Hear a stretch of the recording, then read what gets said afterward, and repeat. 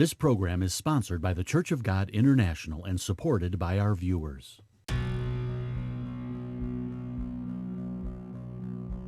There are many dangers in today's world, and there is a variety of circumstances that can disrupt and change our lives in many different ways.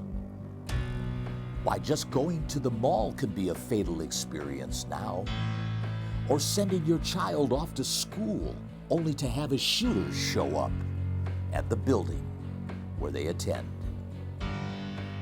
So many conditions surround us on a daily basis that can cause us to become stressed or to suffer through anxious discomfort that sometimes results in illnesses that unfortunately can cause additional pain, anguish, and inconvenient distractions to our lifestyles.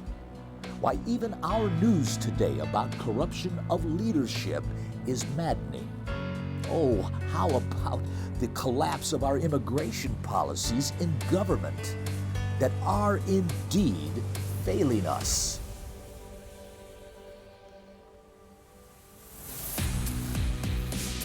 Consider the rise in city crime or the growing problem with the homeless in our cities, while the national debt and rising costs for goods and services continue to increase. And what about the threat of global conflict relentlessly simmering in the shadows as the world watches an accelerating forward motion toward World War III? It's a lot to deal with. Yes, indeed, a lot to deal with. So it's not surprising many are contending with fearfulness due to these dangers we're exposed to. Is there a way to manage these fears? Or are there some points we could keep in mind which will help us to cope with the fears we may have? Well, stay with us as we address these questions on today's program. In times like these, we need the armor of God for the well-being of our families, to help you stand in the evil day. The Church of God International presents Armor of God, a program of biblical understanding. And now your host, Bill Watson. Well, hello, and again, welcome to another international telecast of the Armor of God. Good to be with all of you once again. You know, I don't think I would get a whole lot of argument from many of you, but in today's world, we are definitely living in some very uncertain times. As a matter of fact, they're very threatening, and in some cases, rather surreal. As a matter of fact, also, I would even shift it into a different category because some of this stuff that we're seeing unfold before us and develop and begin to get legs and momentum are actually bizarre. I mean, to tell you, my friends, when I start looking and hearing some of the things I'm hearing on the news or on the internet, I'm scratching my head saying, where in the world is this stuff coming from? We've got a major war going on in the Ukraine with the Russians, of which, if the truth were known, is really a war of the United States fighting the Russians, using Ukraine as a surrogate. But we've been pumping billions of dollars into that war, and the fact of it is there is a potential that it could accelerate and explode into a nuclear disaster. I mean, I don't think that's going to happen. I hope it doesn't happen, but needless to say, the potentialities are there. And then back here in the United States, we've got trains derailing and spilling all kinds of toxic wastes.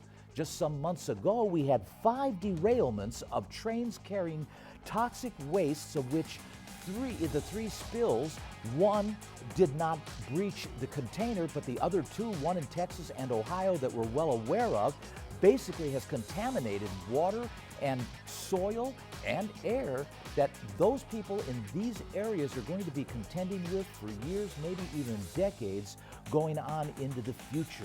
Uranium plants burning, food processing plants getting damaged and also burning down to the ground. Over 75 food processing plants over the last 2 years have gone that way. Multiple earthquakes occurring in different places, that's right here in the United States. Weather upsets resulting in national disasters. We've seen floods and we've seen bad snowstorms. We've seen basically tornadoes and hurricanes taking whole cities out. And as I said, earthquakes in different places. And then, of all things concerning UFOs, we've got government officials claiming that extraterrestrials are not off the table, but are included as suspects that could be behind these UFOs. What is going on? And besides that, what is going on with our southern border? Millions of illegal aliens, and I don't mean people from other planets, I mean people from other countries coming into the United States from the south end, coming in by the hundreds of thousands per month. Millions of them over the last 2 years that have come and breached the borders, bringing in drugs, trafficking women, trafficking children, making all kinds of money, millions upon millions of dollars the cartel is raking in with using human beings to mule their drugs and sex trafficking services for their personal gain and riches. And therefore, it's no secret, crime is on the rise in our cities, really spiking in New York City, LA, Chicago, Detroit, Houston, Seattle, Washington, D.C., Dallas, Oklahoma City, you name it. Walking down the street might just get you sucker punched or shot. In some cases, have your purse yanked right out from behind your back or right from your hands. And again, it's no wonder these things are happening because we're voting in judges that can't even define what a woman is, let alone be able to decipher the rules of law. They allow these criminals to get out of jail faster than the police can arrest them and put them in jail. And people are confused. They're confused about their gender. Boys think they're girls, and girls, they think they're boys, mutilating their bodies when they're far too young to be making those kinds of decisions, hoping to conform their physical bodies, their physiques, to this gender dysphoria that they suffer from. And of course, we have diseases, and epidemics, and pandemics, all of this dealings with different opinions of views on how to handle these diseases and viruses, and a lot of psychobabble when you start looking at it because so many changes occur. They tell you one thing and then 2 months later they tell you another thing. And what does that do? That just leads to more suspicion as to why they're doing that. It's almost like, what is going on here? And then you find out that pharmaceutical firms are basically perverting viruses so that they can allegedly get ahead of the vaccine antidote to these things, which frankly is just another way of saying they're doing gain-to-function research within their own walls, these pharmaceutical firms. It's kind of like medical science has gone astray. And when you begin to look around you and you start seeing all these things, you start to wonder, it's enough to drive you to drinking, or at least perhaps unplug from the grid and go off somewhere, a log cabin up in the Yukon, and just let the world alone and leave you alone. But I'll tell you, there's something for sure I want to share with all of you. And that is, I don't know about you, but I see a lot of fearfulness in the eyes of people. People are fear-struck in so many ways. They don't know what to make of the things that they're seeing or how to interpret what's right and what's wrong, what's good information, what's disinformation. People are getting confused, and it's creating fear in the hearts and minds of a lot of people. And that's what I want to talk about today. I want to talk a little bit about this fearfulness, this fear that people are indeed suffering from. But before I do, let me interrupt myself. I want to present to you 2 free offers that we have, and they are free. All you've got to do is dial 578-8791 and ask for both of these 1-hour CDs. One is titled Hope in a Hopeless World. The second one is Leaven of Depression. Both are 1-hour presentations, 2 hours total, and they are free. Let me tell you again, they are free. You can download them, by the way, as well, and we would encourage you to do that right from our cgi.org website. Also, let me bring your attention to our app. Our app is really conveniently designed and developed for you to be able to navigate through our website for so many products and so many things that hopefully will enhance your walk with Jesus Christ. So don't forget about that app. Write yourself a note before the program is over here so you don't forget to download it now. And one last time, let me remind all of you, that CD, Hope in Hopeless World, and a second CD, Leaven of Depression. Both are free, and both will go into some of the things I'm just going to hit the surface on today. These two presentations will help you to dig a little bit deeper in both of these topics that are very, very relative to what we're going to be talking about today. So back to this program, the program about fear, and how your Bible encourages all of us to fear not. You know these scriptures, you know these words about how we are not to fear, how perfect love casts out fear. I mean, I realize it's, easier said than done, but we do need to deal with fear because the world is filled with fearful things, especially when you're threatened existentially about something that might affect you in your life and may even mean life or death, or especially when you're being threatened that if you don't do this, you're going to die. Like in some cases, we've been told over many years here about certain things. I mean, we've got to really take these things prudently and consider them. Even Jesus, though, he said, don't be shook about these things. Over here in Luke chapter 21, let me bring your attention real quickly here to verse 7, because this is the story where Jesus is talking to his disciples. He's essentially addressing the fact that he's not going to have in the future a stone upon stone relative to the temple. Now, the temple was quite a awesome edifice. And the disciples, this caught their attention. They couldn't believe Jesus was saying what he was saying. This stunned them quite a bit. So here in verse 7, they bring up and react to him and basically say, well, when are these things going to happen? How is this going to occur? And Jesus answers and he says, take heed. He tells them to take heed, to basically look, perceive. Take time to regard, take time to beware of what is going on around you. Don't minimize it, don't mitigate it, don't put your head in the sand. Take heed, he says, that you be not deceived, for many are going to come in my name saying, I'm Christ, that Jesus Christ is the anointed. Some will maybe even say they're Christ, as we've seen that in the past. But the bottom line here is also, many will come in Christ's name, claiming to be preaching Christ. And he says in this case, and the time draws near, go you not therefore after them, because they're deceivers. They don't know what Jesus really stood for. They don't know the values and standards that Jesus Christ truly represents. And so he continues, and he says, but when you shall hear of wars and commotions, and this word commotions means disorder.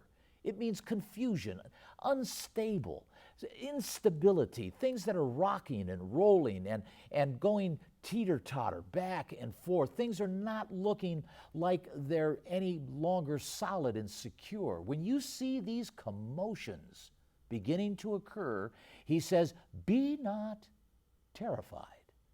Don't be frightened, he says. Don't be scared. Don't be afraid of failing. Don't be that way, because these things, he says, must first come to pass, but the end is not by and by, or not immediately, or shortly. He says, nations shall rise against nations, kingdoms against kingdoms, and great earthquakes shall be in different places, and famines and pestilence, and fearful sights and great signs shall there be from heaven. So we're being told that things ultimately will get worse, and things will indeed try our patience and our sense of security. That being fearful is going to be a challenge not to be fearful. And as I said, it's easier said than done because, quite frankly, fear, on the one hand, can be motivating. It can also be very paralyzing. But one thing about fear is that it must not dominate our lives. That's right, my friends. Fear must not dominate our lives. Now, as I said, fear is a rather complicated emotion. It comes from a few sources. I don't have a lot of time to delve into this to any great detail with the little bit of time I have here, but in the two broad categories, fear is fed and fueled. One, insecurities. Insecurities are fed from low self-esteem. They're fed from doubt and failure, embarrassment, shame, anxiety. They come from different insecurities where you yourself may not feel real solid about something, fear of failure. Second category is control issues, not being able to control the outcome of a situation or the results of conditions and circumstances can cause fear.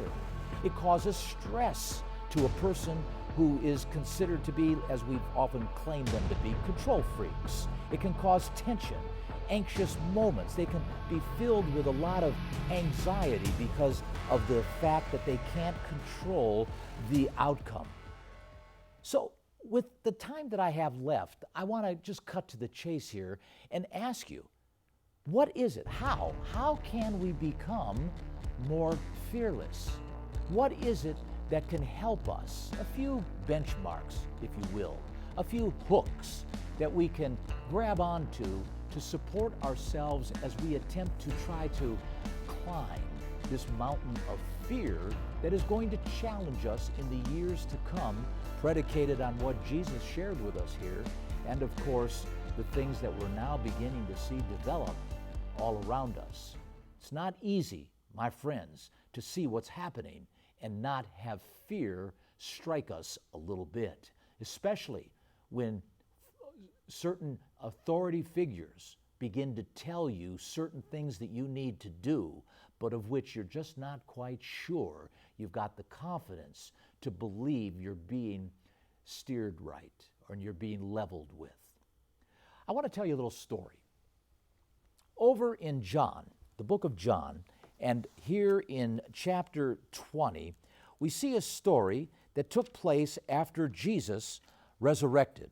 He was in the evening coming back to a room the same day he was seen in the garden in the morning. And not using the doors, he appears to his disciples in basically a material fashion. And his disciples recognize him. And in verse 19, the same day at evening, being the first day of the week, when the doors were shut, where the disciples were assembled for fear of the Jews, came Jesus. And he stood in the midst of them, and he said, "Peace be unto you." And so here he comes into this room and basically talks to them a little bit, introduces himself there. But the fact of it was, in verse 24 we see, one of the disciples was not there. That's right, Thomas. Look at this in verse 24. Let me share with you here in verse 24 of what we're told. But Thomas, one of the 12, called Didymus, was not with them when Jesus came. But 8 days later, Jesus shows up again, repeats his entry by coming in the room, not using the doors. He just appears. And lo and behold, here he goes to verse 27, and though Thomas did not believe, the disciples, when they told him that they had seen Jesus during that 8-day period, Thomas is actually allowed to touch Jesus where his wounds were, where he was stabbed. And finally, he says here, Thomas answered, and he said unto him, My Lord and my God. And Thomas had the faith to now believe that Jesus was indeed the person, the being that he said he was. And look what Jesus says in verse 29. Jesus says unto him, Thomas, because you have seen me, you have believed. Blessed are they that have not seen, and yet they have believed. The first point I want to mention to all of us in attempting to successfully overcome fear is to have faith. Step out in faith. The Bible tells us in Hebrews chapter 10, verse 38. I'm not going to turn there, but go ahead, you can turn there. It says, don't draw back. My spirit has no pleasure in those that draw back. We are not, that is, Christians ought not to be, those that draw back in fear. Because we have faith, we can go forward in confidence, knowing full well that for the children of God, all things work out for the good, one way or another. And so faith becomes a very important point, friends, in this development, in this overcoming of fear and being able to essentially cope with it and allow it not to dictate to us behavioral patterns or habits that would be counterintuitive to our reflection of Christ in us. Second point, I want to bring your attention over here to another story. This is in Luke 18. Over here in Luke 18, this is about the unjust judge. And saying there was a city, a judge which feared not God, neither regarded man. This guy was basically, a narcissist. He was really full of himself. And there was a widow in the city, and she came to him, saying, Avenge me of my adversary. But he would not for a while. But afterward he said within himself, Though I fear not God, nor regard man, yet because this widow troubles me, I will avenge her, lest by her continual coming she wearies me. And he goes on here in verse 6, the Lord said, Hear what the unjust judge says. And shall not God avenge his own elect? Shall he not avenge his own elect, which cry day and night unto him through long hours, he says here, bearing long with them, that is. I tell you that he will avenge them speedily. Nevertheless, when the Son of Man comes, here it is now, shall he find faith on earth? Oh, yes, my friends. Will the Son of Man find faith on earth? Because this second point is an illustration of the amount of faith, the degree of faith you have, and that is persistence. Persistence is so important to have. Basically, the doggedness, tenacity, driving through obstacles, being able to get through and blitz through the resistance, to be determined and not give up. Don't quit, because if you do, you'll never successfully overcome fear. Fear needs to be persistently challenged and persistently overcome by faith and your persistence in being doggedness, having tenacity, and having the energy to drive through the obstacles. Third point, real quickly here, and that is the story of Gideon. I'm not going to turn to Judges chapter 7, verses 2 and 6. Time is running short on me, but I will paraphrase the story to all of you because you're well aware of what happened with basically Gideon and the army he was putting together. He had an army of 32,000 at this portion of the relationship he was developing with God, who was basically tagging him to attack the Midianites. And essentially, God told him, tell those that are afraid to leave and go back home. And to his surprise, 22,000 of his 32,000 man army left him. Now, there were 10,000 left. God told Gideon to take those guys down to some water and to let them drink and lap the water up like a dog. Well, lo and behold, 9,700 of them bowed to the water, while the other 300 apparently didn't bow, or if they did, they crouched and essentially lifted with their hand and took the water to their mouth, and illustrated, when you picture this, something that is very, very critical to overcoming fear, and that is being vigilant. That's right. Have faith, my friends. Have persistence, number 2. And number 3, be vigilant. Remember, these 3 points are very important benchmarks to hook your hands onto as you endeavor to become fearless in the times, in the conditions, in the circumstances that basically we are finding ourselves now contending with. We're in uncertain times, my friends. We're in very threatening conditions. And there will be things that are going to come back at us, that are going to try and test us. And they will test our faith. They will test our persistence. And they will test our vigilance. And we need to stay focused on God in and amongst all of that. Because if we're not focused on God and Jesus Christ in our life, everything else is idolatry. So keep that in mind, my friends. Time has run out on me. I've got to get back to just one more time presenting to you our free offers. Both are 1-hour presentations. They are CDs. They are titled Hope in a Hopeless World and Leaven of Depression. Both are available on our website. All you've got to do is download them there. You can download them right now if you'd like at cgi.org.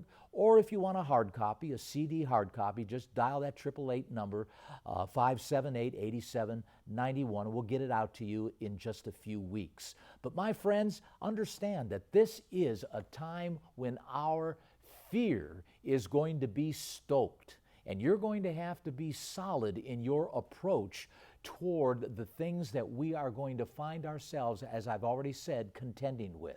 So don't sell yourself short on faith. Don't sell yourself short on persistence, and don't sell yourself short on vigilance. Be strong, be bold, be brave, and be courageous, and keep on that armor of God. Armor of God and the free material offered is brought to you by the Church of God International of Tyler, Texas. You may write to us at 3900 Thames Street, Tyler, Texas 75701, or call toll-free at 1-888-578-8791, or call 1-903-939-2929 during regular business hours. You may visit our website at www.cgi.org or email us at armorofgodcgi.org.